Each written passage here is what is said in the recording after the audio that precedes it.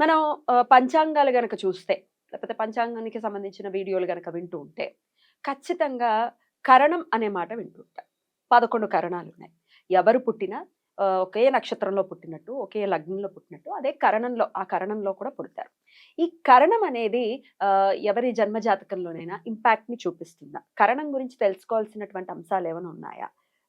మీ ద్వారా తెలుసుకోవాలనుకుంటున్నానండి. కరణము అనేది చాలా చాలా ముఖ్యమైనది. కరణం తప్పితే మరణం అని తంత్ర జ్యోతిషం చెప్తుంది. ఎందుకంటే జాతకంలో ఎన్ని అవయోగాలున్నా, ఏలినాటి శని కాలసర్ప దోషం లాంటి దోషాలున్నా, లేదు గ్రహాలు ఎన్ని నీచబడున్నా, లేదు అసలు పూర్తిగా 100% బాగాలేదన్నా కాపాడే ఏకైక దేవత కరణదేవత. కరణ దేవత అనాలా? అవును.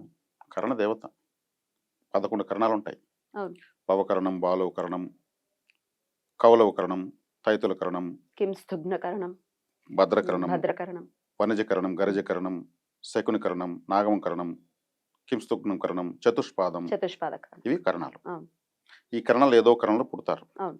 ఆ కరణానికి ప్రతి కరణానికి ఒక దేవత, ఒక గ్రహము, ఒక జీవి ఉంటాయి. ఒక దేవత, ఒక గ్రహము, ఒక జీవి. ఉదాహరణకు ఇప్పుడు నేను దీనికి కరణం చెప్పేదానికి ముందు ఇంకొక వివరం చెప్పాలి. తిథి, వారము, నక్షత్రము, యోగము, కరణము కలిస్తే పంచాంగం. అవును. తిథి మన విధిని తెలియజేస్తుంది. విధి అంటే తల రాతని తెలియజేస్తుంది. ఏ తిథిలో పుట్టారు అనే దాన్ని బట్టి వాడి విధి ఏమిటి విధి అనేది తెలిసిపోతుంది. తెలుస్తుంది. హ్మ్. ఆ తిథికి 2 రాసులు శూన్యమవుతాయి. ప్రతి తిథికి 2 రాసులు శూన్యమవుతాయి. శూన్యం అంటే ఇంగ్లీష్‌లో 0, తెలుగులో శూన్యం. గుడ్డి 0 2 రాసులు. దాన్నే తిథి శూన్యము అంటారు. తిథి శూన్య నక్షత్రాలు అని కూడా వింటూ ఉంటాం. ఆ! ఆ! సప్తమ స్థానం తిథి శూన్యంలో పడితే వాడికి పెండ్లాం లేదు అని. కొంతమంది లైఫ్ టైమ్ పెండ్లామే లేకుండా చనిపోతారు.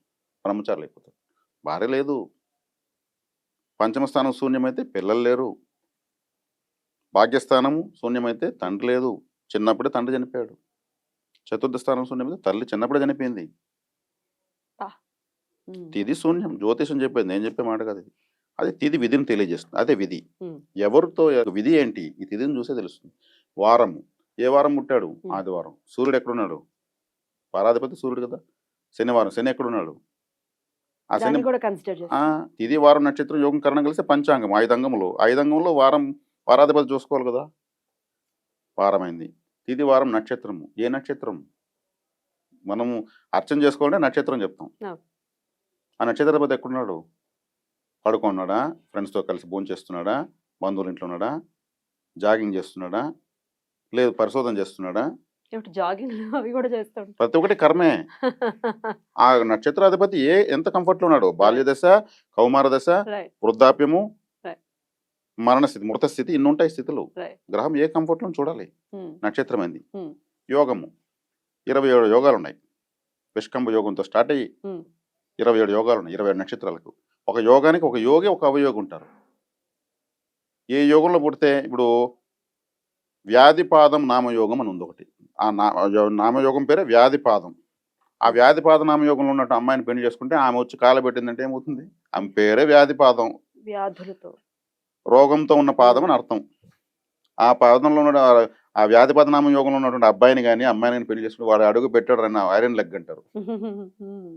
ఇంక చాలదా? ఇంక హ్మ్. జాతకం అంతా అవసరమా? రైట్. కాబట్టి యోగం చూస్తాం. యోగం తర్వాత తిథి, వారం, నక్షత్రం యోగమైంది. కరణం. కరణం. ఇవన్నీ బాలేకపోయినా కరణం దేవత ఉన్నప్పుడు అన్ని రెడీ చేస్తుంది. కరెక్షన్ ఇస్తుంది. అంత పవర్‌ఫుల్ కరణం. సముద్రంలో ఉంటే కూడా షిప్ వేసుకొని వస్తుంది కరణం దేవత.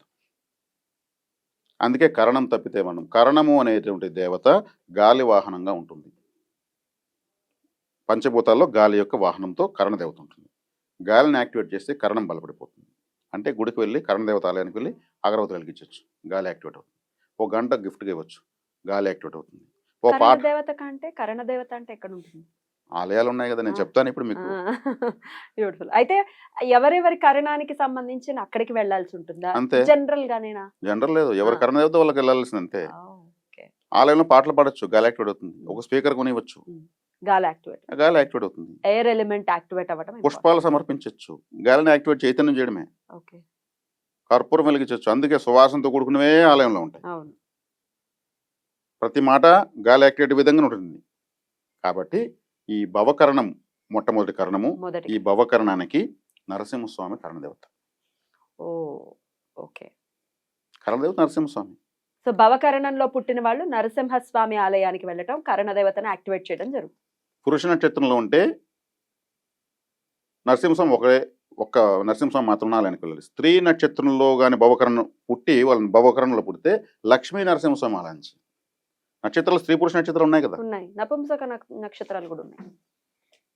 కాబట్టి ఇక్కడ భవకరణంలో పుట్టి స్త్రీ పురుషత్వంలో వెళ్తే లక్ష్మీ నరసింహస్వామి ఆలయానికి, అమ్మవారితో పాటు ఉన్నటువంటి ఆలయానికి స్త్రీ నక్షత్రంలో పుట్టిన వాళ్ళు, లేదు పురుష నక్షత్రంలో ఉన్నప్పుడు నరసింహస్వామి మాత్రమే ఉన్నటువంటి వారు. ఇక్కడ కూడా అది కూడా మనం చెప్పించాలి.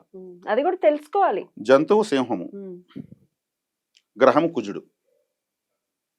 కాబట్టి వీళ్ళు రియల్ ఎస్టేట్ చేయొచ్చు, మెడికల్ ప్రాక్టీస్ చేయొచ్చు, మెడికల్ షాప్ పెట్టుకోవచ్చు, police, army, security, martial arts నేర్చుకోవడము, బౌన్సర్స్గా ఉండడము, కరాటే నేర్పించడము, కుజ రిలేటెడ్ ఇవన్నీ చేస్తూ నరసింహస్వామిని ఆరాధిస్తే చాలు. లైఫ్ లో అన్ని సక్సెస్. ఏ నడిచినట్టు డబ్బు వస్తుంది. కరణదేవతను పట్టుకున్నాం మేడ, ఆ కారకత్వాలను మనం వ్యాపారం పెట్టుకున్నాం. మరి మా కరణం ఏంటో తెలుసుకోవాలి అంటే ఖచ్చితంగా మనం ఏకపోతే మనకి ఖచ్చితంగా కుండలు వేస్తే యోగమేది కరణమేది వాళ్ళ యొక్క 5 అంగములు ఎలా ఉన్నాయో చూడొచ్చు. మీరు కుండలి వేసినప్పుడు అన్ని నోట్ చేసి చెప్తారా? కంపల్సరీ చేయకపోతే మనం డబ్బులు ఎందుకు తీసుకోవాలి? అవును, తప్పు కదా. కాబట్టి నరసింహస్వామిని ఆరాధిస్తే భవకరణం వాళ్ళకి యాక్టివేట్. జూకు వెళ్తే సింహం ఉన్న చోట ఎక్కువసేపు ఉండాలి. కరణ జంతువు కదా. సింహానికి ఒక రోజు ఫుడ్కి వెళ్ళు డొనేట్ చేయొచ్చు. నరసింహ, సింహాచలం ఇటువంటి పేర్లు ఉన్న వాళ్ళతో హ్యాపీగా షేక్ హ్యాండ్ ఇవ్వచ్చు. నరసింహ జయంతి, నరసింహస్వామి యొక్క లక్ష్మీ నరసింహ కరావలమ స్తోత్రము వినడము, ఆ కరణదేవత యొక్క ఫోటో వాల్ పేపర్గా పెట్టుకోవడము, నీళ్ళ దగ్గర నరసింహ అనడము, తుమ్మిన నరసింహ అనడము, ఏం చేసినా నరసింహ అనడము. ఒక పెద్ద సింహం యొక్క ఫోటోని హాల్లో పెట్టుకోవచ్చు. కరణ జంతువు కదా. నేనేం చేసిన లైన్ లా చేస్తాను, వాళ్ళు కూడా 10 మందికి ఉపయోగపడతారు. సింహం ఎలాగైతే ఇతర జంతువులకు ఉపయోగపడుతుంది, ఆ క్వాలిటీస్ ఆటోమేటిక్గా ఉంటాయి. సింహం క్వాలిటీస్ వాళ్ళకు ఉంటాయి. ఈ భవకరణంలో పుట్టిన వాళ్ళకు జుట్టు బాగా ఫుల్గా కొంతమందికి ఉంటుంది జుట్టు, జుట్టుతో బాగుంటుంది. అవును, ఉంటేనే వాడు హెయిర్ బాగుంటుంది. జుట్టు ఉంటే సూపర్గా ఉంటామంటూ వాళ్ళు భవకరణంలో పుట్టింటారు. కొంతమంది గోలు బాగా పొడుగు పెంచుతూ ఉంటారు, వాటికంతా చూపిస్తుంటారు జమ్మని, భలే అందంగా ఉంటాయి పెంచితే. సింహానికి ఉన్నట్టే ఉంటాయి. ఆ స్వభావాలు ఆటోమేటిక్గా వస్తాయి, చూడొచ్చు. రాజసం ఉంటుంది, ఖచ్చితంగా ఉంటుంది. వాళ్ళ దగ్గర ఇంకొకరిని సహాయం అడగరు. నేను సహాయం చేసి నేనేం అడిగేది, లేకపోతే కాబట్టి ఇట్లే ఉంటాను అంటారు. క్వాలిటీస్ తగ్గవు. ఇంకొకరికి ఉపయోగపడి అయితే వాళ్ళని పొగడతా ఉంటే ఏమైనా చేస్తారు. వాళ్ళ వీక్నెస్ ఇది. భవకరణం వాళ్ళ వీక్నెస్ పొగడతా ఉంటే చాలు 100 సార్లు ప్రాణమిస్తారు. అది గొప్ప విషయం. ఇది భవకరణం. ఇంకా చెప్తే చాలా ఉంది. మనం కరణం సెపరేట్ గా చెప్పచ్చా?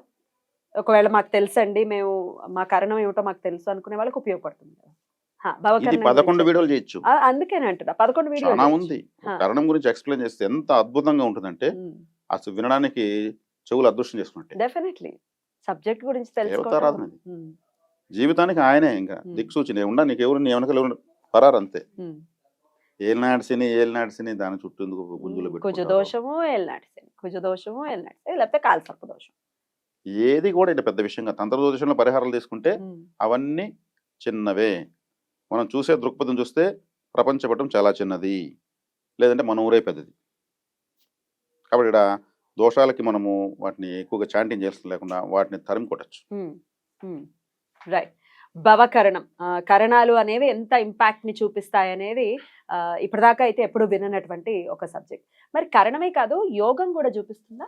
ఖచ్చితంగా చూపిస్తుంది. అయితే యోగానికి సంబంధించి 27 యోగాలు, వాటికి సంబంధించి సపరేట్ సిరీస్ లాగా మనం ప్లాన్ చేసుకోవచ్చు సార్. డెఫినెట్ గా యూజ్ అవుతుంది. అయితే ఈ వీడియోలో భవకరణం గురించి వచ్చేసింది. ఇంకేమైనా తెలుసుకోవాలా సార్ భవకరణం గురించి? భవకరణం గురించి వాళ్ళకి కరణదేవత జంతువు, గ్రహము చెప్పేసాను. గ్రహకారకత్వ వ్యాపారాలు చేసుకోవచ్చు. తత్సంబంధమైనటువంటి జంతువు యొక్క ప్రేమలోకి వెళ్ళవచ్చు, దాన్ని ఆరాధించవచ్చు, ఫేవరెట్ అనిమల్ పెట్టుకోవచ్చు. అటువంటి పేరు ఉన్న వాళ్ళతో ఫ్రెండ్షిప్ చేయొచ్చు. దేవత నరసింహస్వామి. స్త్రీ నక్షత్రంలో పుడితే లక్ష్మీ నరసింహస్వామి. అంతేనా? రైట్. చాలా బ్యూటిఫుల్ గా ఎక్స్ప్లెయిన్ చేశారు. మరి నెక్స్ట్ సెకండ్ కరణం ఏంటి?